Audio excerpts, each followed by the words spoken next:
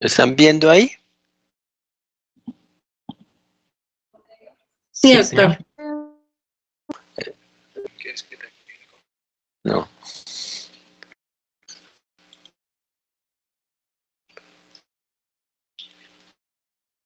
Javi, venga. Es que no me está dejando ponerlo en pantalla completa. Acá abajo. Es esta, mire acá. Sí. Listo. Bueno, muchas gracias. Entonces, nos corresponde hablar sobre el trauma maxilofacial. La importancia de este... ¿Sí me escuchan? ¿Aló? Sí, doctor. Ah, bueno. La importancia es que en Colombia más de 700.000 pacientes acuden cada año a los servicios de urgencias por trauma maxilofacial primario o secundario, derivado principalmente de accidentes vehiculares, violencias y asaltos. Y los accidentes vehiculares y los asaltos callejeros son las causas más frecuentes, más o menos 75-80%. Y otras causas serían los accidentes caseros, accidentes deportivos y recreacionales, industriales y la violencia intrafamiliar. Las lesiones maxilofaciales graves rara vez aparecen solas. El tercio medio facial es la región que recibe el impacto principal del trauma en los accidentes de tránsito. Y la nariz, el malar y la mandíbula son los huesos más comprometidos en el trauma facial. Este trauma depende de la fuerza de alto y de bajo impacto. Se consideran fuerzas mayores o de alto impacto las que son 50 veces la fuerza de la gravedad, y fuerzas menores o de bajo impacto las que son 50 veces menos de la fuerza menor que la fuerza de la gravedad. Esto tiene una importancia en la resistencia de los huesos de la cara. Como vemos, el hueso frontal, la sínfisis y el ángulo mandibular, así como los revólveres supraorbitarios, requieren una fuerza de alto impacto para fracturarse. Los otros huesos pues son más, digamos, tienen menos resistencia y entonces se pueden fracturar más fácilmente. Estos muchas veces pueden servir como amortiguadores, entonces protegen de esa forma que no se dañen otras estructuras. En cuanto a la anatomía maxilofacial, pues digamos, generalidades, el conocimiento de los huesos de la cara, principalmente el hueso frontal, el hueso nasal, el hueso lagrimal, el cigomático, el maxilar superior, el maxilar inferior o mandíbula, el vómer, la concha nasal inferior, el etmoides, los huesos temporales, los esfenoides y los huesos parietales. Más o menos, pues, corresponde todo esto a lo que donde se ve involucrado el trauma maxilofacial o craneofacial también. Esta sería una vista lateral de los huesos de la cara, donde vemos el cigoma, las fosas cigomáticas, la parte orbitaria, la parte de la calota frontal, el maxilar superior, la mandíbula. Cada uno de estos huesos pues obviamente tiene sus particularidades anatómicas, sus vecindades, y eso pues digamos recupera importancia junto con los tejidos blandos y las estructuras óseas y vasculares que pasan por estos huesos. Entonces siempre tenemos que tener en cuenta esos aspectos. Y aquí está la musculatura de la cara, que generalmente está dada por el nervio facial que la inerva, y como vemos pues son muchos músculos que nos dan la expresión facial, como son los orbiculares, los nasales, los frontales, los peribucales, los cigomáticos y los de la sonrisa, los cutáneos del cuello, los depresores de la boca. Todo ese conjunto de músculos nos da la expresión facial. Hay que anotar que esos músculos también nos protegen del trauma, porque la forma en que podemos reflejamente cerrar los ojos, esquivar golpes y todo eso, pues todos los músculos del cuello y de la cabeza y de la cara nos protege del trauma. Aquí es para mostrar los músculos maceteros que entran en la masticación, principalmente los pterigoideos y el músculo macetero y el temporal. Aquí vemos un poco un plano más profundo, todos los músculos. Ahí vemos la parte perioral, lo que llamamos nosotros el modiol muscular, que es lo que da como la mímica facial, la expresión facial, y también obviamente nos sirve para la masticación y para la deglución de los movimientos faciales y todo. Esto es todas las expresiones faciales que podemos hacer, resumidas en este diagrama, en donde podemos ver más o menos la acción de cada músculo. Por ejemplo, el corrugador de la frente, el orbicular de los labios, el dilatador de la boca, depresor de los labios, el mentonero, el platisma, el final.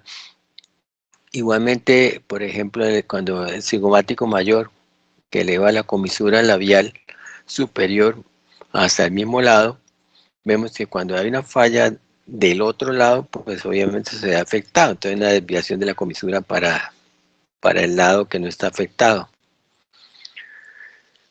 Y la parte sensible está dado precisamente por el nervio trigémino, generalmente por la rama B1, B2 y B3. B1 está conformado principalmente por el supraorbitario, supratroclear, infratroclear, la nasal externa y el lagrimal.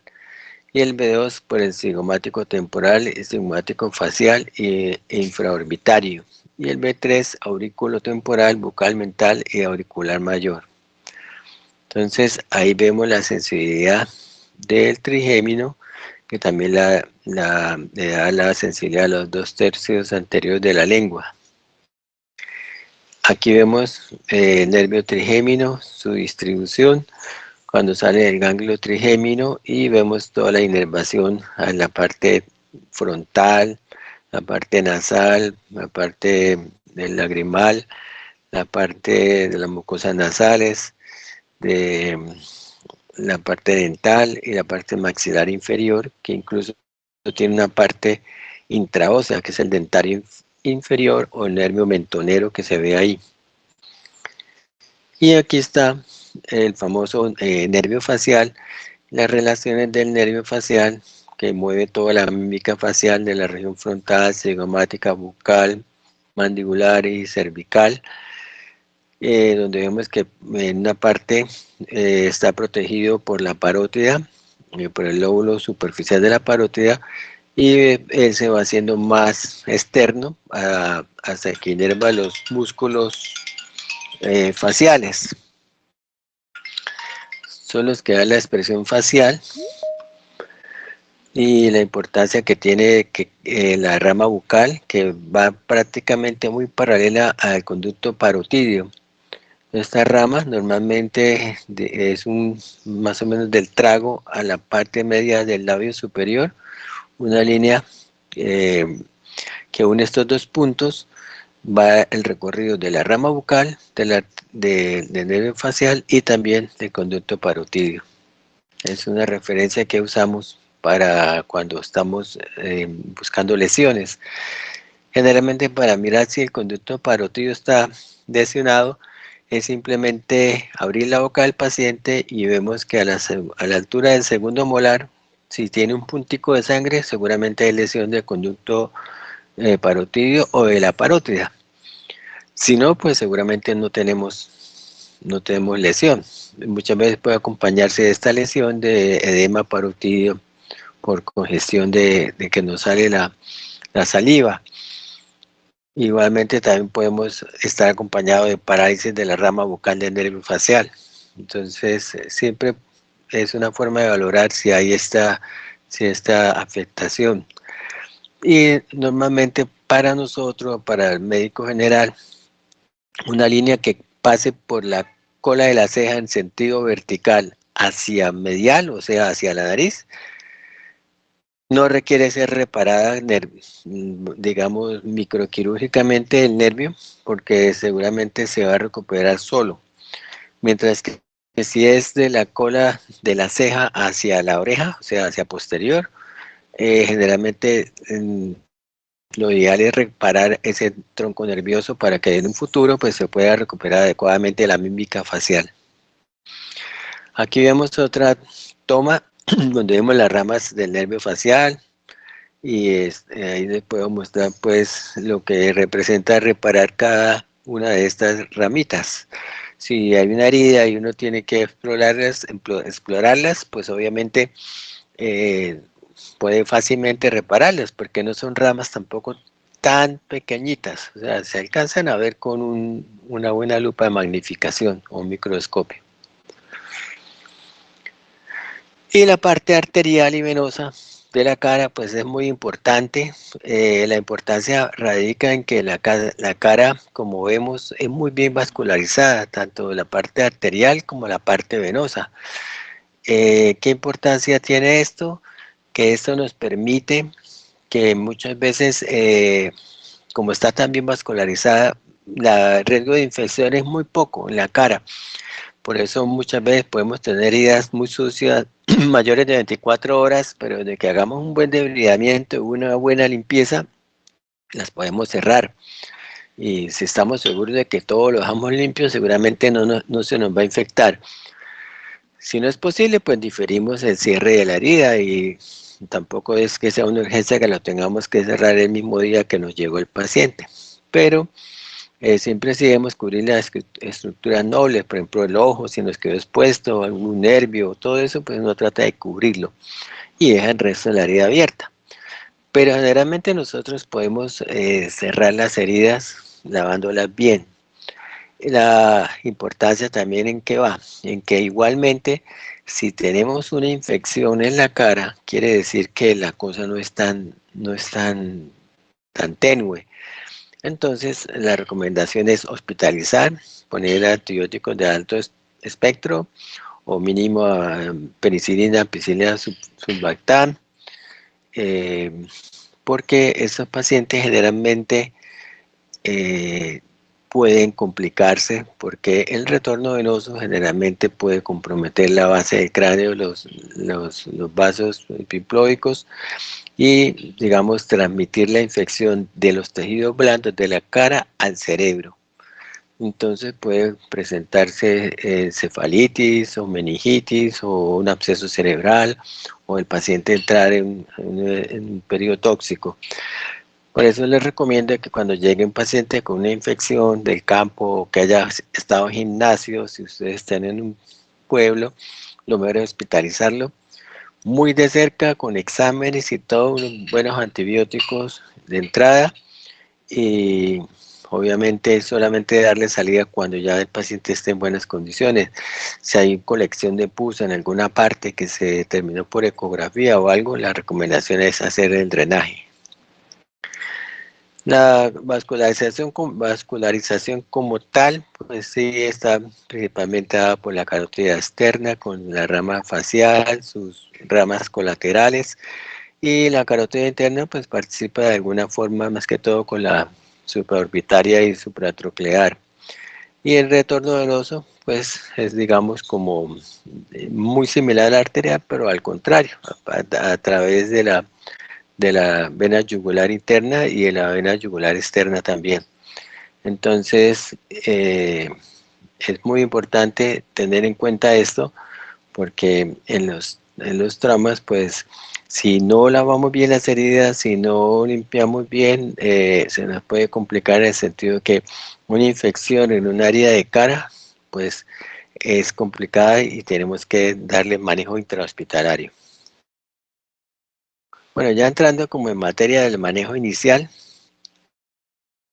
entonces todos conocemos que se debe hacer un triage, donde prácticamente se valora el paciente inicialmente para saber qué riesgo tiene, etcétera, etcétera.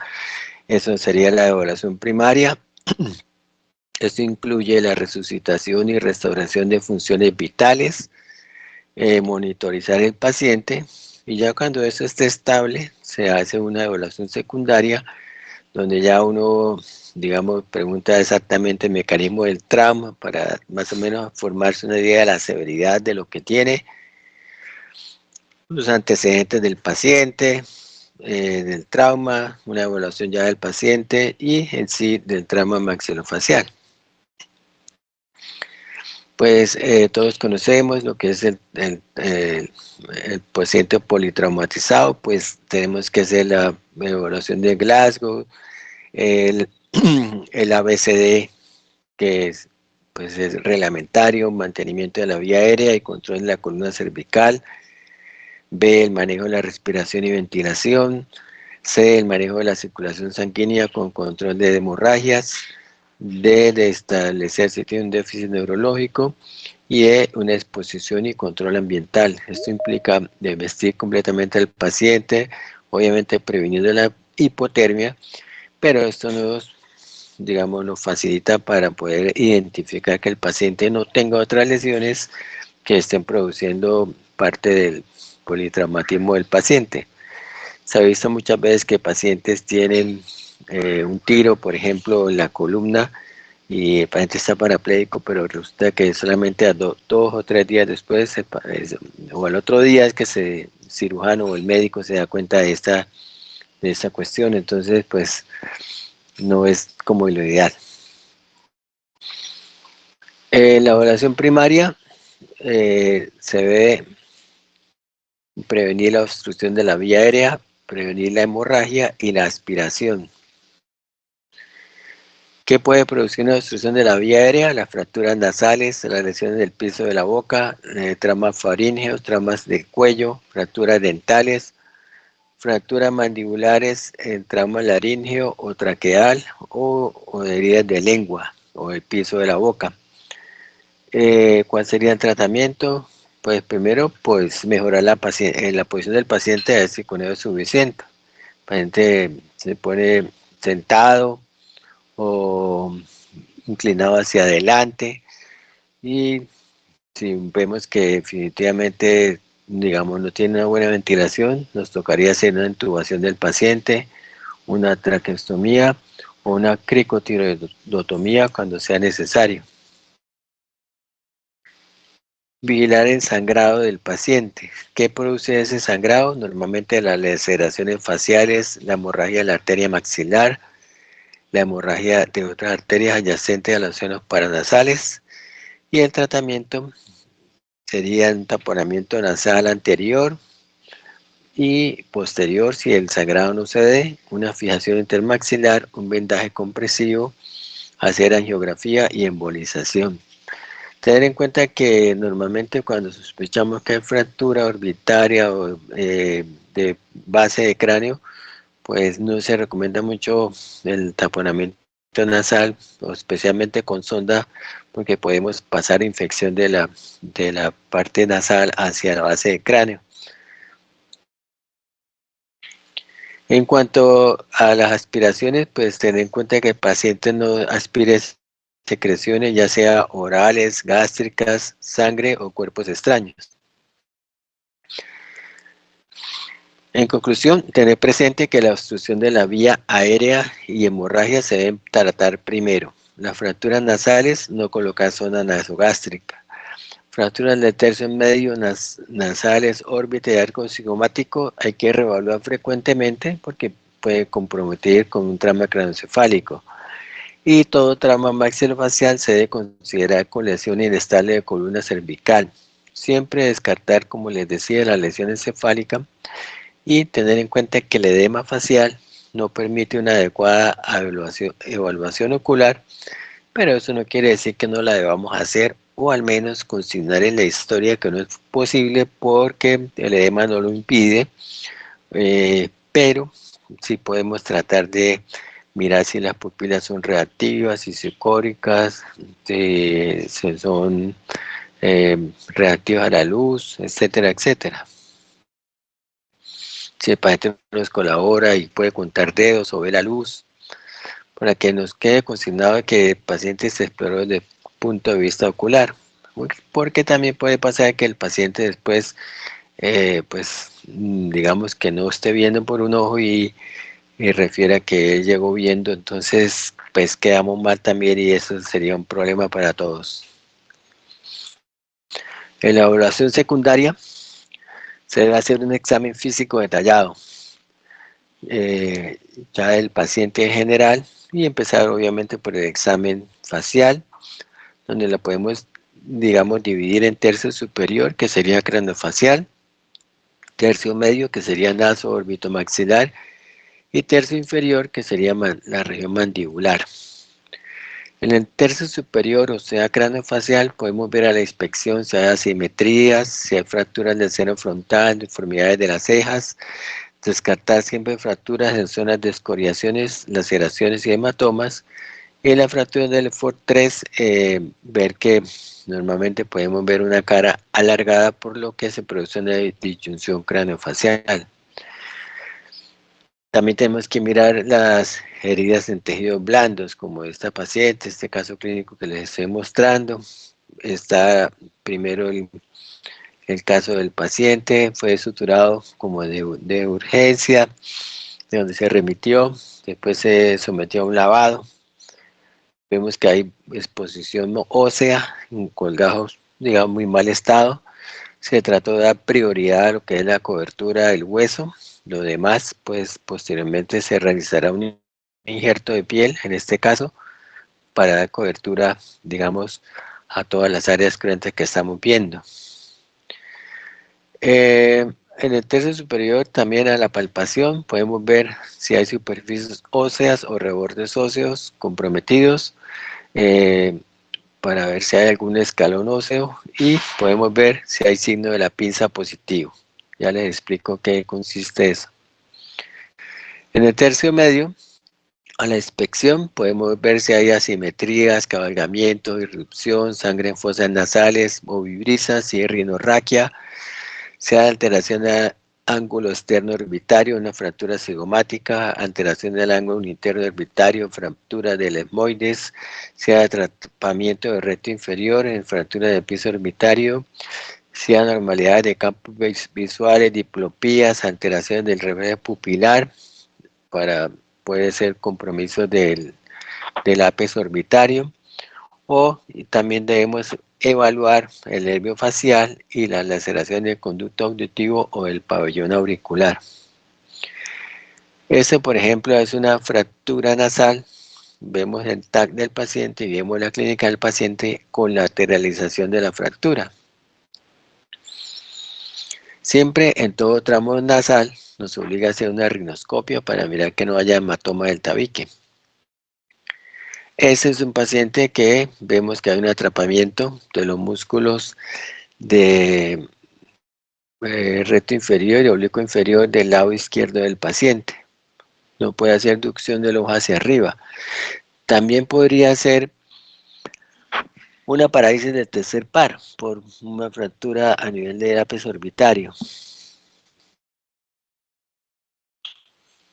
Y en el tercio medio vemos si hay signo de la pinza, en la fractura del efort, si hay fracturas alveolares, si hay segmentos móviles de piezas dentarias, identificar el origen del conducto de esteno, identificar áreas de dolor en espina nasal del maxilar, revisar los pabellones auriculares, si hay otorragia, otorraquia, hematomas, y siempre descartar la fractura del tabique.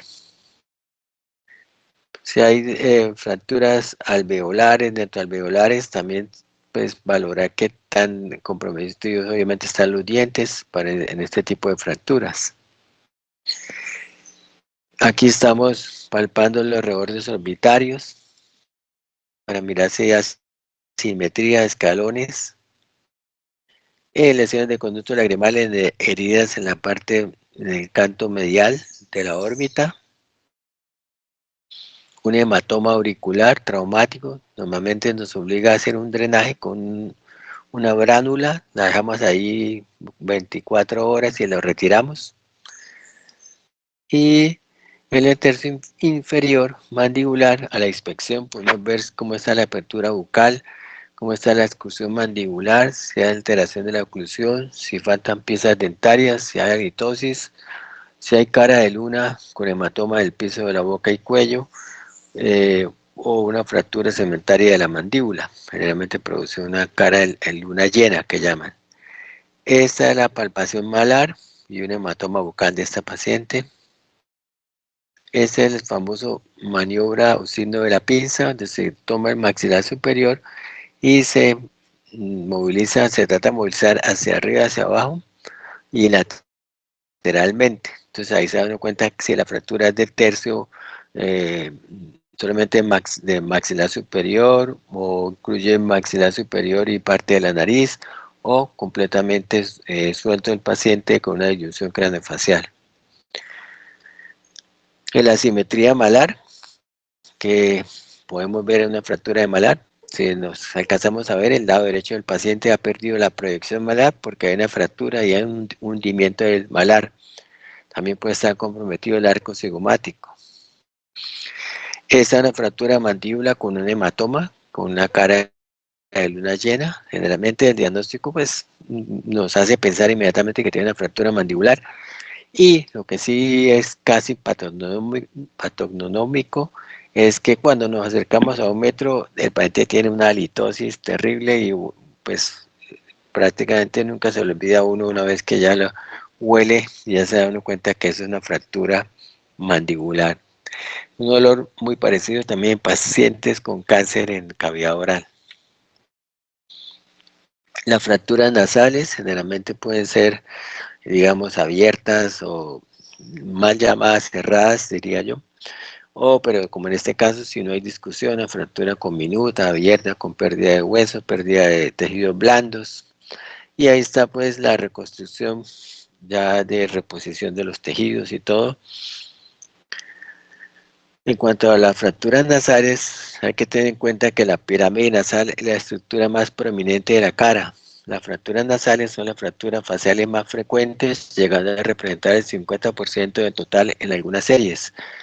Las causas más frecuentes de fracturas son las agresiones, accidentes deportivos, accidentes de tráfico, caídas casuales. Estas últimas especialmente en pacientes de edad avanzada y con alteraciones de equilibrio o de la marcha. Nosotros usamos la clasificación de Rohrich, que divide las fracturas en tipo 1, fractura simple unilateral, tipo 2, fractura simple bilateral, tipo 3, fractura conminuta, unilateral, bilateral o frontal, y tipo 4, fractura compleja con huesos nasales y septum. Puede ser con hematoma septal o con simplemente laceraciones nasales. La tipo 5 es la fractura naso-orbitosmoidal, que es de las fracturas más complejas que podemos tener. Se debe valorar el estado previo del paciente. Se deberá preguntar al paciente si tenía alguna deformidad nasal o dificultad al paso de aire antes del accidente. También es conveniente recordar al paciente si ha sufrido cirugía nasal previa. El tipo de traumatismo. Hay que preguntar. Perdón, ¿me están escuchando? ¿Aló? Sí. Bueno. Hay que preguntar por la hora del accidente, la dirección del traumatismo frontal o lateral y la intensidad del mismo, si hubo agresión, caída o accidente de tráfico. A la inspección visual podemos ver si hay signos de epístasis, unilateral o bilateral, si hay edema, tumefacción, hundimiento de las paredes laterales o del dorso nasal, si hay desviación nasal, si hay heridas cutáneas, si hay telecanto, si hay verticalización de las narinas, cuando es la famosa nariz porcina por un trauma muy fuerte que fractura el tabique y prácticamente aplasta todos los huesos nasales, con un hundimiento severo del dorso nasal. Y tener en cuenta siempre que la ausencia de epístasis nos debe hacer dudar del diagnóstico de fractura nasal, pues es un signo que suele estar presente en todos los casos. Y que la inspección nasal conviene efectuarla con el paciente en decúbito supino, situándonos en la cabecera de la camilla y siempre con protección para que evitar que nos transmita, digamos, secreciones. La rinoscopia, en todo traumatismo nasal se deberá realizar inspecciones del tabique mediante rinoscopio para descartar hematomas septales o desviaciones del mismo. Un hematoma septal no tratado puede producir necrosis del cartílago por despegamiento del pericondrio o un engrosamiento del tabique con posterior dificultad al paso de aire por creación de tejido fibroso en la zona del hematoma. Por eso es muy importante siempre descartar el hematoma del tabique. Y en traumatismo de mayor intensidad, en ocasiones se produce una superposición de los fragmentos fracturados o telescopado del tabique. Siempre administrar antibióticos con el fin de evitar el síndrome de shock tóxico con el taponamiento nasal.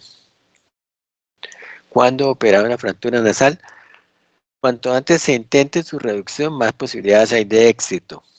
Pasadas unas horas de la fractura, el edema puede impedir un correcto diagnóstico y reducción. Si hay edema, se debe esperar al tercero o quinto día antes de intentar la corrección. Durante este tiempo se le recomendará al paciente dormir con la cabeza algo elevada, cabeza elevada a 30 grados o doble almohada. Eso es muy importante. ¿Cómo se hace la reducción de la pirámide nasal y del tabique? Normalmente existen unos instrumentos específicos, como lo vemos aquí en esta diapositiva, que es el de forceps de Washam, o el de Boyes, o el de la pinza de Ash. La que más usamos nosotros es la pinza de Ash. Esta nos permite coger el septum y reponerlo, o digamos, mejorar la fractura nasal cuando el septum está caído. Si es el caso, tenemos que abrir el septum, pero en la mayoría de las veces no es necesario.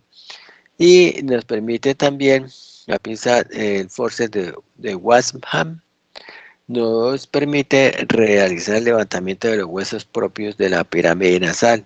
También lo podemos hacer con un mango bisturí o otro instrumento romo.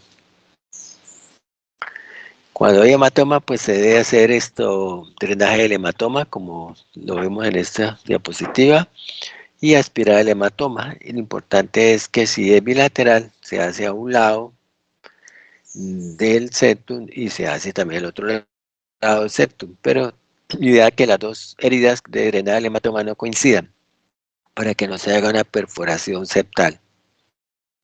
Y se debe hacer el taponamiento nasal. Entonces, en definitiva, cuando se hace un tratamiento de una fractura nasal, realizar una septoplastia, especialmente de las fracturas tipo 4, de la clasificación de Rohrich, y las fracturas nasomoidales tipo 5 en la clasificación, y algunas fracturas, especialmente con muchos, requieren tratamiento quirúrgico bajo anestesia general, con reducción abierta y fijación interna mediante miniplaca o alambre. Esto especialmente para las fracturas tipo 5. Las demás generalmente son cerradas o simplemente con la ferulización del septum o el tamponamiento nasal es suficiente. El taponamiento nasal hace de soporte interno, evitando que se produzca un nuevo desplazamiento de los fragmentos fracturados, especialmente de las fracturas con minutas, y permite hemostasias. En este punto es conveniente recordar que en el momento de reducir la fractura nasal se puede producir un sangrado, y en ocasiones abundante, pero luego de este taponamiento cede este sangrado. Y por reflejo faríngeo, con el escurrimiento sanguíneo por la fractura nasal, el paciente puede toser, por lo que es conveniente en ocasiones, especialmente pacientes ebrios con nivel de conciencia disminuido o poco colaboradores, protegerse la cara con mascarilla y una pantalla transparente. Bueno, ya hablando de las fracturas orbitarias, entonces vemos que los huesos que conforman la órbita son el frontal, el malar, maxilar superior, el esfenoides, el etmoides, palatino y el lagrimal o unguis. En la parte orbitaria hay áreas resistentes, como que son los huesos compactos que se extienden rodeando a las órbitas, protegiendo el ojo, y áreas débiles que son los sectores óseos laminares, como son los senos maxilares y frontales. La órbita se compromete en 89% de los traumatismos por la ubicación y las características oso-estructurales de las paredes. Es muy frecuente el famoso ojo columbino en un trauma facial. Las clasificamos como puras o impuras. Puras son las que, digamos, la fractura no pasa de los rebordes orbitarios. Entonces, este es el blowout, con un desplazamiento de los fragmentos óseos hacia el seno maxilar, o sea, se sale hacia afuera. Y el blow-in es al contrario, Hay una penetración del techo orbitario en el interior de la cavidad. Eso produce frecuentemente esoftalmos, mientras que blowout generalmente produce enoftalmos.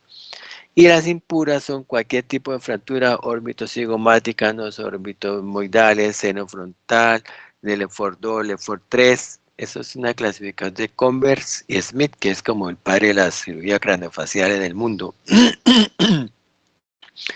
Entonces, digamos que las impuras son cualquier fractura que sobrepase el reborde orbitario.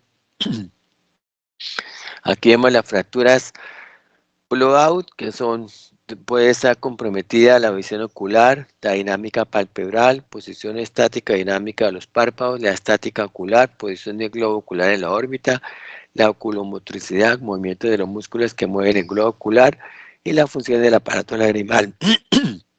Estas fracturas orbitarias pueden ser con lesión ocular o sin lesión ocular.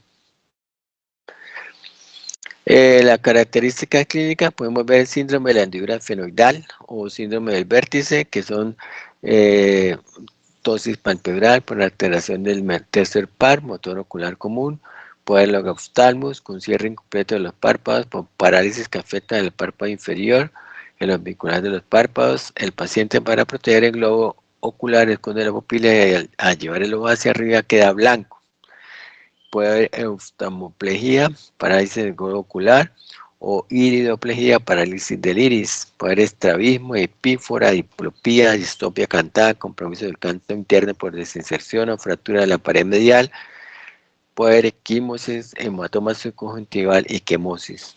Todo esto es muy complejo, lo estamos pasando muy rápido, pero hay que valorarlo. Generalmente nosotros en este aspecto pues nos apoyamos mucho con la oftalmología para compartir esto, digamos, el tratamiento de estos pacientes en este aspecto. En cuanto a la clínica del diagnóstico, pues ahí vemos el trauma ocular. Lo vemos.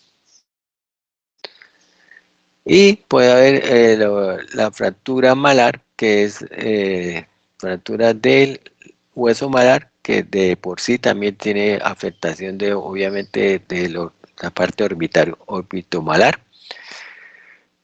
Entonces puede ser una fractura tipo 1 sin desplazamiento, una tipo 2 segmentaria, que puede ser de la pared lateral o el reborde orbitario inferior o el arco cigomático, una tipo 3, que es el del trípode malar, tipo 4, complejas y conminutas, puede ser con la pared lateral orbitaria intacta o con la pared orbitaria lateral afectada. Ese es un síndrome para que los que les gustan los signos de Rowe, que es enoftalmus y diplopía, división doble. Una consecuencia de la otra, por atrapamiento muscular del recto inferior y oblicuo inferior. El tratamiento de esta fractura es la exposición de los sectores involucrados, reducción y alineación de los fragmentos fracturados, fijación rígida mediante el uso de microplacas o miniplacas con tornillos, generalmente de los arbotantes óseos fuertes, y el empleo de autoinjertos óseos para reemplazar los sectores óseos, por ejemplo, el piso orbitario. Puede reemplazarse con un injerto óseo o con cartílago o con una placa de titanio para el piso de la órbita. Este ejemplo, por ejemplo, aquí mire, ahí se redujo la fractura maxilomalar con una placa en L en el lado izquierdo, que estamos viendo la positiva, y la otra es un injerto de concha auricular para recuperar el piso orbitario que estaba afectado. Entonces ahí vemos el injerto de concha auricular y después se baja, digamos, el parte del periódico y se cubre ahí el piso, el reborde orbitario y queda recuperado el piso orbitario. La fractura del arco cigomático son traumatismos rombos sobre la porción lateral de la cara, por ejemplo, un puñetazo, un accidente de tráfico, caída por escalera. Generalmente se están comprometidos el arco cigomático, la apófisis corinoide, la articulación temporomandibular, el ligamento palpebral interno, cuando está comprometido la parte cigomática y el cuerpo del cigoma.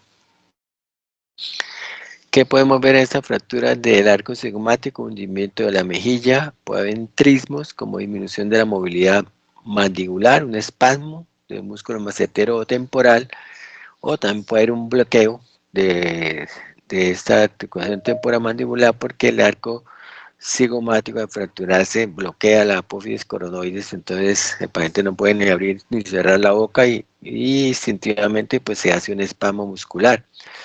Puede haber hipostesia en la región del nervio infraorbitario, puede haber epístasis, enfisema subcutáneo y, como les decía, la apófisis coronoides puede chocar contra la fractura al abrir y cerrar la boca. El diagnóstico clínico lo hacemos como una radiografía de Waters o de Hirsch. En la clínica vemos una depresión o pérdida de la proyección de adherencia malar, solución de continuidad en reborde orbitario, quimosis conjuntival, hematoma palpebral, neostalmus, anestesia del nervio infraorbitario y podemos ver epístasis.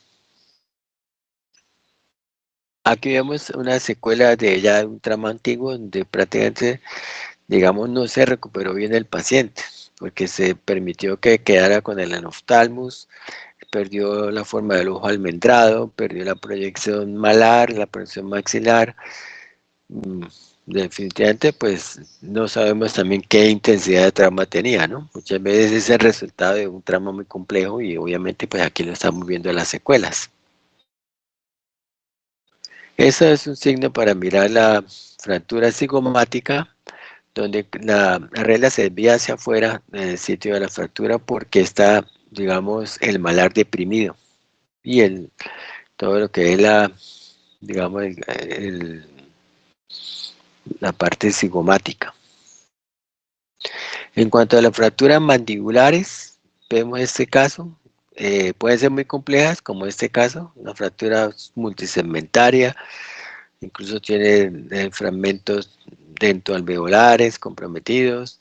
En cuanto a los dientes, pues eso es todo un tema, pero generalmente tratamos de en la primera hora darle solución a esos dientes porque pues es el momento en donde, como decíamos esta mañana con mis estudiantes que estábamos en la clase, de poder recuperar ese diente y para que pegue como un injerto, digamos así.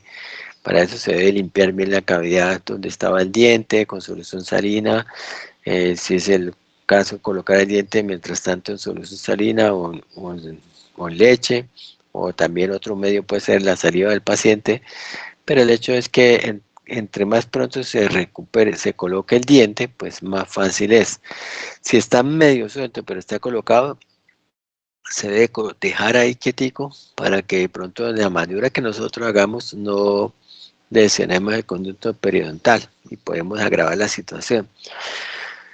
Esto obviamente debe ser manejado por maxilofacial o por cirujano plástico o por odontólogo que esté como en conocimiento de estas situaciones. En términos generales, nosotros tenemos que proporcionar la limpieza, quitar todos los cuerpos extraños, lavar con solución salina normal y mirar que ninguno de estos dientes, si está muy suelto, pues amenace la vida del paciente también, que se lo pueda comer, tragar y de pronto asfixiar. Entonces, ahí sí hay cosas prioritarias. Si es el caso, pues lo saca el diente y lo transporta en solución salina, que vaya al sitio donde lo vayan a atender, o definitivamente pues se lo asegura un poquito para que no se le vaya a caer si cree uno que quedó bien asegurado dentro del alvéolo. Aquí vemos las fracturas de esa radiografía de ese TAC y como vemos con múltiples placas y tornillos, generalmente pues en este caso muy conminuto para darle estabilidad. Este es el mismo caso, ese paciente se complementó con un cerclaje intermaxilar, como este caso, hay pérdidas dentarias. Entonces uno trata, digamos, de llevar la oclusión del paciente, que es lo importante, y ya lo otro, pues es esperar que las fracturas consoliden y hacer una rehabilitación oral posteriormente. ¿Qué produce todas estas fracturas? Pueden ser los accidentes de tránsito, las agresiones físicas, heridas por arma de fuego, las explosiones o las caídas. ¿Cuáles son los factores favorecedores? Los quistes dentarios, los terceros molares, problemas de osificación o los tumores. ¿Cómo pueden ser este tipo de fracturas? Pueden directas, indirectas, cerradas, abiertas o complicadas, simples, conminutas, completas o incompletas o en tallo verde. Profe, Según su... ¿Aló? profe, la pregunta, ¿cómo así que factores favorecedores, tumores? Ah, ya, aquí vamos. Sí, es que, digamos, muchos pacientes consultan por una fractura nasal, especialmente personas como edad, y resulta que el motivo de la fractura nasal es que el paciente tiene un tumor. Entonces, como el tumor el paciente no lo conocía, ¿sí? Pero cuando ya consulta es porque tiene el cáncer en el hueso. Entonces es un factor favorecedor de fracturas nasales, porque el paciente consulta, ay no, por cualquier golpecito se fracturó la mandíbula, pero cuando vamos a ver lo que tenía era un cáncer de hueso. Entonces es un factor favorecedor a que se produzca la fractura, pero obviamente la solución es más compleja porque no es solamente en ese momento digamos, hacer una osteosíntesis, sino que de pronto toca resecarle parte del hueso comprometido, ¿sí? Por ejemplo, un mieloma o lo que sea. ¿Sí quedó claro? Sí, profe, gracias. Ah, bueno. Bueno, entonces, en cuanto a la localización, puede ser la sínfisis, parasínfisis, del cuerpo, del ángulo, de la rama ascendente, apoyos coronoides, del cóndilo o una fractura alveolar. Vemos aquí una fractura del cóndilo, subcondilia, por ejemplo. Según la forma como actúan los músculos de la masticación, pueden ser fracturas favorables, son las fracturas del cuerpo que siguen hacia atrás en dirección inferior a superior, y en esas fracturas del músculo massetero opone los segmentos mandibulares al tirar hacia arriba. Entonces, esa sería una fractura favorable, porque su trazo es de inferior hacia anterior, hacia superior, posterior, como vemos ahí. Entonces, favorable. Al contrario, sería desfavorable. Las desfavorables vemos que es al contrario, el trazo de fractura. También puede ser desfavorable lateral o, sí, por desplazamiento de los pteroideos. Los síntomas de una fractura pueden ser el dolor, la crepitación, la salivación, mal olor, maloclusión, tumefacción, hematoma, deformidad, movilidad normal y trismus. Y los signos: movilidad de foco de la fractura, crepitación, disfunción de la deglución y masticación y una tumefacción. Podemos un compromiso del nervio mentoniano, como decíamos, que puede ser parestesia, hipoestesia o una anestesia completa, porque tiene el dentario inferior tiene un trayecto que es intramandibular, entra por el agujero de Spitz y sale ahí por el agujero mentoniano, más o menos a la altura del segundo molar. Ahí vemos la emergencia del nervio infraorbitario y la fractura. Este es el diagrama que nos muestra cómo es. ¿Qué estudios radiológicos? Las proyecciones de Town con la parte posterior del cráneo para ver cóndilos, la ortopantomografía o panorex. Ahí podemos visualizar la ATM, también el TAC y la resonancia magnética nuclear. Y para fracturas de la rama ascendente, una proyección de AP y oblicuos laterales. Esa es la panorámica mandibular y las oblicuas laterales de mandíbula.